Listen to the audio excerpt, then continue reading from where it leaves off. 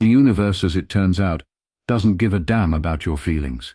At least that's the conclusion the Vraxian Confederation had come to roughly 3 millennia ago, when they'd engineered the last vestiges of emotional response out of their neurological makeup. Why carry around such evolutionary baggage when cold, pristine logic served so much better? The Vraxians had risen to become the dominant force in their corner of the Milky Way precisely because they'd recognized emotions for what they truly were, a primitive survival mechanism that had long outlived its usefulness. Specimen acquisition proceeding on schedule, announced Chief Xenobiologist NEX 427 to the assembled research team aboard the survey vessel Empirical Constant. The holographic display showed a slowly rotating image of Earth, that unremarkable blue-green marble in an utterly forgettable solar system. "How quaint," remarked secondary analyst Trell 118, her voice modulated to the precisely optimal pitch for efficient communication. They still experience the full spectrum of neurochemical fluctuations, fascinating from an anthropological perspective, but ultimately inefficient. The Vraxians stood roughly 2 meters tall, with sleek exoskeletons of a pale lavender hue that housed their sensitive internal organs. Multiple compound eyes offered them nearly 320-degree vision, while their 4 upper appendages allowed for complex manipulation of their surroundings.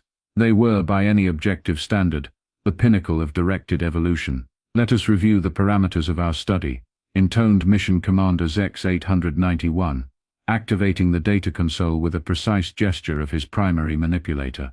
Earth presents an anomaly that warrants investigation. Despite their emotional inefficiency, humans have advanced technologically at a rate 17.3% faster than our predictive models anticipated. A statistical aberration, suggested quaternary systems engineer Vril 302. Nothing more. Perhaps, conceded Zex 891. But anomalies deserve scrutiny. The Confederation has authorized resource allocation for comprehensive analysis. What the Vraxians couldn't possibly understand, having purged such concepts from their collective consciousness, was the very notion of irony.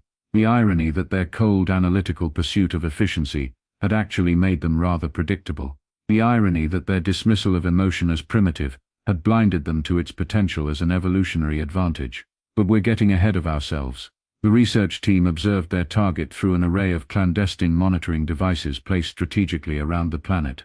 Humans going about their messy emotional lives, fighting, loving, creating, destroying, all of it catalogued with the clinical detachment of scientists observing bacteria in a petri dish. Their planet contains substantial quantities of rare earth elements, noted Resource Assessment Officer Krill 664. Preliminary scans indicate deposits of lanthanides exceeding those of 17 previously catalogued worlds combined. The indigenous species poses no significant obstacle to harvesting operations, added Defense Analyst Gear 529. Their weapons systems are primitive. Their most advanced artificial intelligence has the processing capacity of our waste reclamation units. Zex 891 gestured toward a particular monitoring feed showing a human research station in an isolated Arctic location. This facility contains a suitable specimen for our initial study. A researcher, isolated from the main population centers. The extraction can be performed with minimal disruption. An optimal selection, agreed NEX 427. The specimen is engaged in climate research. Its cognitive capacity appears to be at the higher end of their species range. The extraction team was assembled, 3 specialists in xenobiology, 1 in human physiology, and 2 in behavioral analysis. Their mission was straightforward: acquire the specimen, conduct a comprehensive series of experiments to determine the source of humanity's unexpected advancement rate, and decide whether Earth warranted further investigation or immediate resource extraction. Remember, Zex 891 addressed the team, efficiency is optimization. The Confederation expects results within 1 planetary rotation. If the Vraxians had retained their capacity for apprehension, perhaps they might have approached this mission with more caution. If they had maintained even a shred of intuition, they might have sensed they were about to make a colossal miscalculation. But they hadn't, and they didn't. And that's precisely why they were utterly unprepared for what happened next. Dr. Elliot Chen was having what office workers throughout human history would classify as one of those days. The generator at the Arctic Research Station had broken down again. The satellite uplink was spotty at best, and his coffee had gone cold, while he'd been busy recalibrating equipment that should never have needed recalibration in the first place. So when the lights flickered and the air pressure suddenly changed. His first thought wasn't alien abduction, but rather great. Now the environmental controls are shot too. He was wrong on both counts. The environmental controls were fine. The alien abduction, however, was very much in progress. The extraction team deployed their phase shift technology with textbook precision, creating a localized bubble of altered space-time that simply removed Dr. Chen from Earth's surface. One moment he was muttering about requisition forms for replacement parts, and the next he was blinking under uncomfortably bright lights, in a sterile examination chamber, aboard the empirical constant. Specimen secured, announced NEX 427, observing the human through a transparent barrier.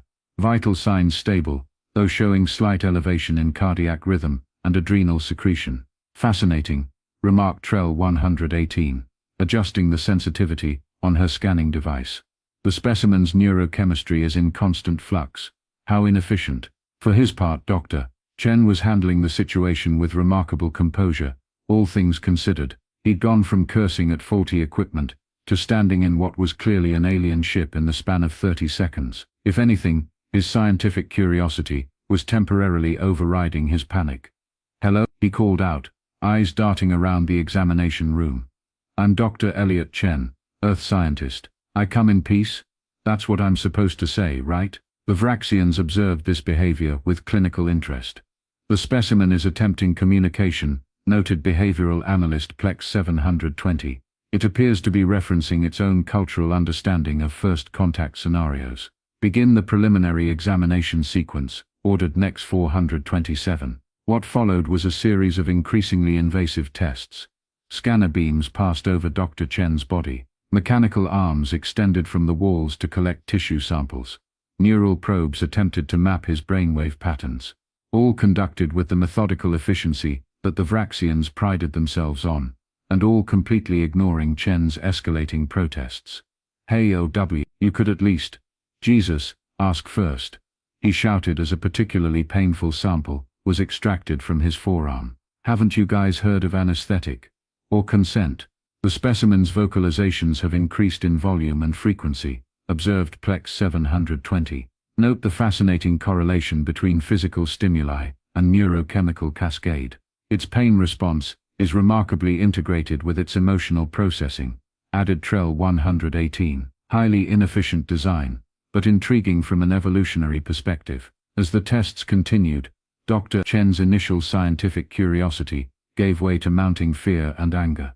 The aliens were treating him like a particularly interesting lab rat, with no regard for his comfort or dignity. Every attempt at communication was met with dispassionate observation rather than response. "The specimen appears to be attempting to assert agency," noted Plex 720, as Chen futilely tried to push away another sampling device. "How curious that it perceives itself as having rights equal to sentient beings." Hours passed, and the Vraxians compiled terabytes of data on human physiology, neural patterns, and behavioral responses. They were particularly intrigued by the specimen's capacity for abstract thought, problem-solving, and emotional response, all of which they meticulously documented, while completely failing to recognize their significance. Meanwhile, Dr. Chen's psychological state deteriorated from incredulity to fear to a simmering rage. His knuckles were white as he gripped the edge of the examination table, jaw clenched tight enough to crack teeth.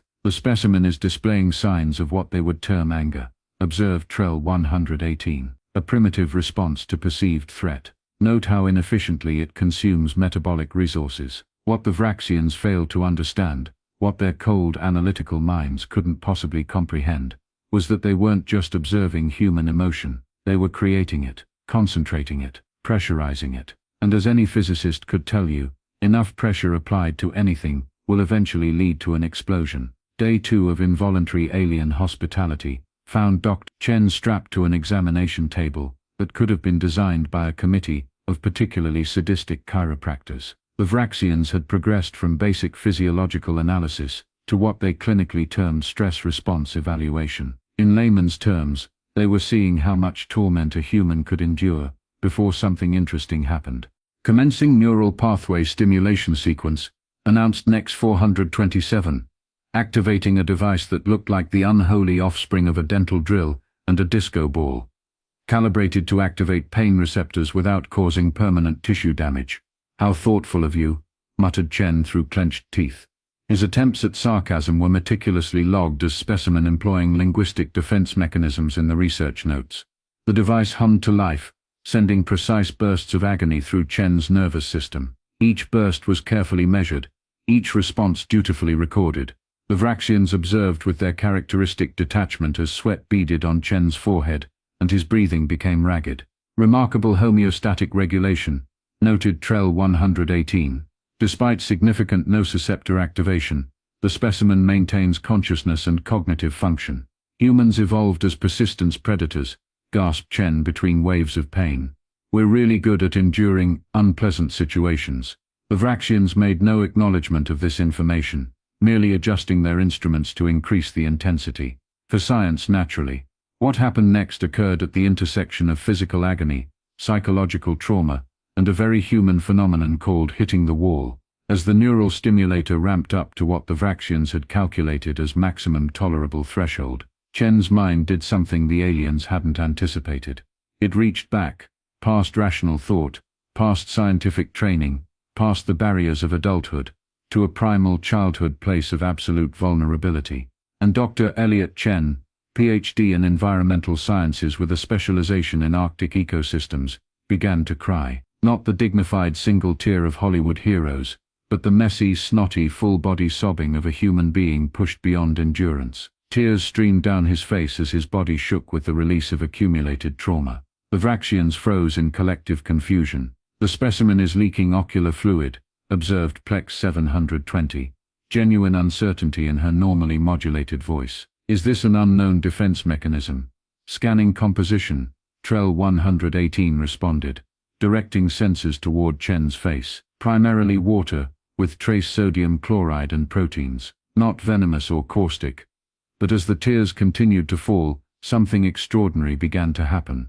The ship's sensitive instruments detected an anomalous energy pattern emanating from the human, subtle at first, then increasingly pronounced. "I'm detecting unusual electromagnetic fluctuations," reported Vril 302, their voice betraying the first hint of concern ever heard from a Vraxian. "The pattern does not match any known biological process." The weeping continued, and with it the energy readings intensified. Across the ship, systems began to behave erratically. Lighting flickered, gravity fluctuated. The ship's quantum processors, capable of calculations that would make Earth's supercomputers look like abacuses, began reporting computational errors. "This is impossible," stated Nex 427, the certainty in her voice undermined by the visible tremor in her manipulator appendages. "The specimen cannot be affecting our systems." Yet the evidence was undeniable. As Chen's emotional release continued, the energy signature grew stronger, more coherent, spreading through the ship like an invisible tide. Alarms began to sound throughout the vessel. "Emergency containment," ordered Zex 891 over the ship-wide communication system. "Isolate the specimen chamber." Too late. The wave of energy had already permeated the ship's systems, and now it was beginning to affect the Vraxians themselves. For creatures that had engineered emotion out of their biology, the feedback was catastrophic. They began experiencing something they had no framework to process. Empathy. What is happening to me?" whispered Trell 118, her compound eyes dilating wildly as she pressed her manipulators against her cranial casing. I feel, and that was precisely the problem. For the first time in millennia, the Vraxians were feeling. Chaos theory, that mathematical concept so beloved by eccentric professors and extinct theme park dinosaurs, suggests that a butterfly flapping its wings in Brazil can cause a tornado in Texas. The Vraxians had calculated the validity of this theorem down to 17 decimal places, and promptly dismissed it as a quaint oversimplification. Now they were experiencing a far more dramatic version: how a human crying in a laboratory could cause an entire advanced alien civilization to have an existential crisis. The empathic wave spread through the empirical constant, like a neurological wildfire. In the navigation chamber, 3 Vraxian pilots suddenly clutched their cranial cases and began experiencing what humans would recognize as panic attacks. In the propulsion sector, an engineer spontaneously burst into what approximated laughter, then immediately transitioned to something resembling despair. all while trying to maintain antimatter containment fields. "What is happening to us?" shrieked Communications Officer Dren 553, experiencing shrieking for the very first time, and finding it both horrifying and oddly satisfying. "I feel everything." The ship's central corridor became a parade of confused aliens, experiencing emotions with the unfiltered intensity of toddlers. Some curled into fetal positions, overwhelmed by sensations they had no context for. Others ran in directionless panic, colliding with walls and each other. A few stood frozen, tears of their own leaking from compound eyes that had evolved for vision, not weeping. Meanwhile, the ship itself was having a technological nervous breakdown. Systems designed to operate with cold, mathematical precision were now subjected to waves of emotionally charged energy that defied their programming. Doors opened and closed at random. Environmental controls cycled wildly between temperatures. The artificial gravity fluctuated, causing objects and disoriented crew members to float momentarily before crashing back to the deck. "The specimen's emission is affecting molecular cohesion at the quantum level," reported Science Officer Jex 224 through sobs she couldn't explain or control. "It's as if reality itself responds to these feelings." In the command center, Zex 891 gripped his console, fighting against the tide of foreign emotions threatening to overwhelm his logical processes. The mission was collapsing around him, but worse than that, he was beginning to care that it was collapsing, an entirely new and unwelcome sensation. "Deploy emotional suppressors," he managed to order, his voice fluctuating between octaves. Unable to comply, responded the ship's artificial intelligence, its normally placid voice now tinged with what sounded suspiciously like existential dread. "Suppression systems are experiencing what I can only describe as doubt." "Through it all, Doctor." Chen's tears continued to fall, each drop carrying the emotional payload of a creature that had evolved to feel, a creature whose ancestors had survived precisely because they could experience fear, rage, love, grief, joy, and every complex emotion in between. Emotions the Vraxians had dismissed as primitive were now revealing themselves as forces of nature. In the observation chamber adjacent to Chen's holding cell, Nex 427 and Trell 118 huddled together, experiencing both terror and the strange comfort of proximity. "Another first." "How?" whispered Nex 427. "How can biological secretions carry such power?" "We've made a miscalculation," Trell 118 replied, her voice trembling. "The human emotional response isn't primitive. It's advanced," finished Nex 427. "Perhaps more advanced than our logic. These aren't just chemical reactions, they're something else." Throughout the ship, the realization was dawning on the crew with the subtlety of a supernova. They had catastrophically underestimated humans. What they had dismissed as evolutionary baggage was revealing itself as a sophisticated system capable of affecting reality in ways their science couldn't explain. In the midst of this chaos, something even more alarming occurred to Zex 891, as he fought to maintain control of his fragmenting mind and failing ship. If one human's tears could cause this much havoc, what would happen if they ever made an entire planet of humans cry, or worse, made them angry? Dr. Chen had stopped crying, not because the pain had subsided, or because his situation had improved, but because somewhere between sob number 17 and hiccup number 12, his scientifically trained mind had noticed something extraordinary. His emotions were affecting the ship. More specifically, they were affecting the aliens. Most specifically, they were giving him an advantage that no human abductee in the history of speculative alien abduction had ever had before. Chen wiped his face with his sleeve, his mind racing. The restraints that had held him to the examination table had disengaged during the system's malfunction. The aliens who had been torturing him, conducting research, were now huddled in corners, overwhelmed by the feelings tsunami he had inadvertently unleashed. "Fascinating," he muttered, channeling his inner scientist despite the circumstances. "Emotional contagion across species boundaries. Wonder if it works both ways." He carefully approached the nearest console, which flickered with alien symbols and diagrams. As he reached toward it, he noticed something strange. The interface responded to his proximity, symbols shifting and rearranging in patterns that somehow felt right. "No way," Chen whispered, placing his palm flat against the console. He focused on his curiosity, his wonder, his drive to understand, and watched in amazement as the interface reorganized itself into something comprehensible, not English, not any human language, but somehow intuitively navigable. "You guys engineered emotions out of yourselves," he said to the whimpering Vraxian technician curled beneath a nearby workstation. "But you forgot to engineer them out of your technology, didn't you? You built your systems with quantum entanglement principles that respond to observer influence, to intention."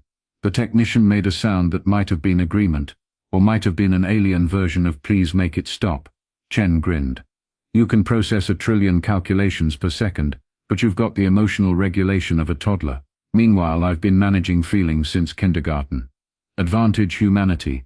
With newfound confidence, Chen explored the ship's systems through the emotion-responsive interface.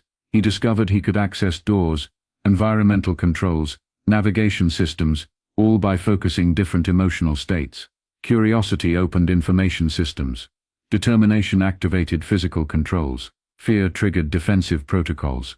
"It's like playing a piano with your heart," he mused, directing his emotions with the precision of a conductor.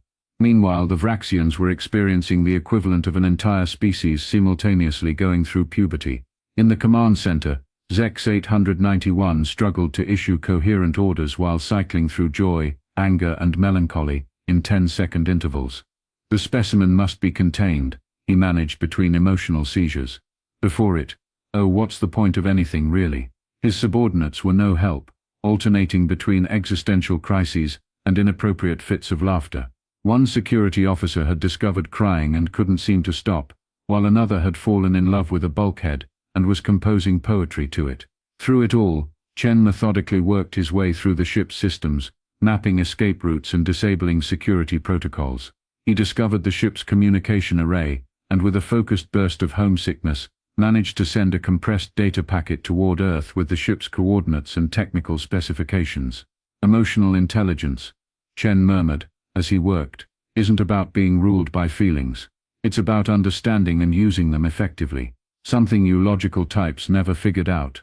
As he finished preparing his escape plan, Chen allowed himself a moment of pride, which inadvertently caused the lights in the corridor to pulse in celebratory patterns. He quickly tempered the emotion, making a mental note in a ship that responds to feelings. Excessive smugness could be a liability. With one final look at the chaos he'd created, Chen stepped through the door of his former prison cell. "Time to teach you all about another human emotional specialty," he announced, to no one in particular. "It's called righteous payback. The specimen has escaped containment," announced the ship's AI, with what sounded suspiciously like admiration in its synthetic voice. "Current location, Deck 7, Section 42B, moving toward the auxiliary propulsion controls." Zex 891 had managed through sheer force of will, and several emergency cognitive dampeners, to regain a semblance of emotional control. "Deploy security protocols. Capture, don't harm." The Vraxian security forces, still wrestling with newfound emotional awareness, moved through the corridors with all the coordination of drunken cats on ice. Their normally synchronized movements were disrupted by random bursts of inappropriate feelings, fear when they should advance, laughter when they should be silent, sudden inexplicable attachments to random corridor fixtures. Meanwhile, Dr. Chen was discovering that a lifetime of watching action movies had surprising practical applications. He'd already evaded 3 security teams by using the ship's emotional responsiveness to his advantage. A sharp spike of fear had caused environmental systems to release a concealing fog. A moment of childlike playfulness had rearranged corridor configurations, sending his pursuers in circles. "This is almost too easy," Chen muttered as he ducked into a maintenance shaft. "It's like they've never played hide-and-seek before." In the command center, the Vraxian leadership watched Chen's progress with growing consternation. "The specimen is adapting to our systems faster than our crew is adapting to emotions," noted Trell 118, who had stabilized enough to function semi-normally. "It's as if it's had preparation for this scenario." "Impossible," stated Nex 427. "Human entertainment media is not predictive training." Chen's voice suddenly came over the ship-wide communication system, startling them all. "Actually, Sci-Fi has been preparing us for this moment for centuries. Also, your security encryption could use some work. Or any work, really." The Vraxians stared at one another in disbelief. The human had accessed their central communication systems, a feat that should have been technologically impossible. How? Demanded Zex 891. Your entire civilization is built on quantum principles that respond to consciousness, Chen replied, his voice echoing throughout the ship. But you engineered yourselves to be purely logical observers. I'm an emotional participant. Big difference. As he spoke, Chen was methodically working his way toward the ship's shuttle bay. 3 more security teams converged on his position, only to find themselves trapped in rapidly sealed compartments. Not through any technical skill on Chen's part, but through his emotional manipulation of systems designed to respond to quantum observation. You mined emotions out of your species like they were some kind of evolutionary coal, Chen continued. But they're not primitive fuel. They're sophisticated processing systems. Anger gives us focus. Fear gives us speed. Love gives us purpose. Joy gives us creativity. You didn't evolve beyond emotions. You lobotomized yourselves. In the command center, Zex 891 was experiencing something entirely new. Humility. The specimen is correct, he admitted to his stunned officers. We've miscalculated. Emotions aren't primitive. They're complex processing systems optimized through millions of years of evolution. The confrontation came at the entrance to the shuttle bay. Chen found himself surrounded by the remaining functional security team, led by Zex 891 himself. You cannot escape, stated the commander, though his voice lacked conviction. Chen smiled. I don't need to escape. I just needed you to understand. He gestured around them. Your ship is now transmitting everything it knows to Earth. Your technological advantage is gone. But more importantly, you now understand something crucial. We're not less evolved than you. We're just evolved differently. And any attempt to harm our planet will be met with the full emotional spectrum of billions of humans. He gave them a wolfish grin, including the dark emotions I haven't demonstrated yet. The commander stared at the human, then slowly lowered his weapon. Request permission, Zex 891 stated formally, to open diplomatic relations. The conference room aboard the Empirical Constant had never been designed for diplomatic negotiations. Then again, the Vraxians had never anticipated negotiating with a species they'd classified as primitive, yet curiously advanced. Yet here they were, seated across from a single human who somehow held all the leverage in the galaxy. So let's recap, said Dr. Chen, leaning back in a chair that had been hastily modified to accommodate human physiology. You get limited scientific exchange, non-invasive cultural observation rights, and strictly regulated trade agreements. In return, Earth gets protection under the Vraxian Confederation banner, technological assistance with our climate crisis, and recognition as a sovereign, protected world. Zex 891, still occasionally twitching with random emotional surges, reviewed the terms displayed on the holographic interface. These terms are inequitable, he stated, though without conviction. Chen smiled. On the contrary, they're extremely generous. I could be demanding your unconditional surrender right now. After all, I did just demonstrate that a single upset human can disable your most advanced vessel. The commander's compound eyes flickered, the Vraxian equivalent of a wince. Consider the alternative, Chen continued. I return to Earth, share everything I've learned about your vulnerability to emotional energy, and humanity develops weapons specifically designed to trigger emotional overload in Vraxian physiology. Do you really want to face billions of humans who know your weakness and have weaponized feelings? We're the species that invented emotional manipulation as an art form. We call it reality television. Trell 118, who had been studying human cultural databases, shuddered visibly. The terms are acceptable, conceded Zex 891. Chen nodded, satisfaction radiating from him strongly enough to make the lights briefly intensify. Smart choice. Besides, you're getting something invaluable out of this deal. What would that be? Asked Nex 427 curiously. The chance to reintegrate emotions into your society gradually, under controlled conditions. You engineered them out, because you thought they were weaknesses, but now you understand their sophisticated processing tools. With Earth as an ally, rather than a test subject, you can learn to balance logic and emotion, to have the best of both worlds. The Vraxian leadership exchanged glances that spoke volumes in their newly emotional state. Perhaps, admitted Zex 891, we have been incomplete as a species. Our technological advancement came at a cost we did not recognize. Happens to the best of us, Chen said with surprising gentleness. Humans have often sacrificed emotional wisdom for technological progress too. The difference is, we never engineered it out completely. As the treaty was formally recorded, Chen reflected on the bizarre twist of fate that had turned his abduction into first contact and himself into Earth's impromptu ambassador. What had begun as a clinical experiment had transformed into a watershed moment for two civilizations. The Vraxians would return him to Earth, along with sufficient evidence to convince world leaders of the reality of alien contact. Earth would enter the galactic community not as a conquered world or laboratory specimen, but as a respected equal, perhaps even as a teacher. The universe has a peculiar sense of humor, Chen remarked as the treaty was finalized. You came looking for resources, and found something far more valuable, and the civilization you dismissed as primitive turned out to be advanced in ways you couldn't measure. Zex 891, experiencing his first genuine moment of ironic appreciation, nodded. Indeed, we sought to study the effect of tears on humans. Instead, we learned the effect of human tears on the universe. In the vast cold expanse of space, where countless civilizations had risen and fallen, perhaps the most sophisticated technology wasn't a faster-than-light drive or a quantum computer. Perhaps it was the simple ability to cry.